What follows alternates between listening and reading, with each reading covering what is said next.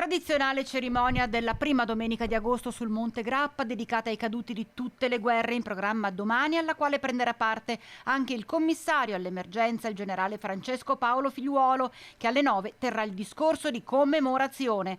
Con l'occasione sarà scoperta al santuario una stele votiva realizzata con una roccia del massiccio dedicata alla Madonna del Grappa, a protezione contro la pandemia da Covid-19. Un simbolo che va a dare un senso ancor più emblematico a un luogo icona di resilienza, sostenibilità e inclusione, come lo ha definito la sindaca di Pieve del Grappa, Annalisa Rampin, vocato a diventare sempre più esempio di pace e unione. La giornata vedrà anche la presenza della ministra per la disabilità Erika Stefani e della sottosegretaria alla difesa Stefania Pucciarelli. Blindatissimo l'accesso al Sacrario Militare, la strada di salita sarà chiusa dalle 23 di oggi, sabato 31 luglio, alle 11 di domani, 1 agosto, dalla statale Cadorna sino al bivio per Feltre e dalla provinciale Giardino sino alla piana Pellizzari.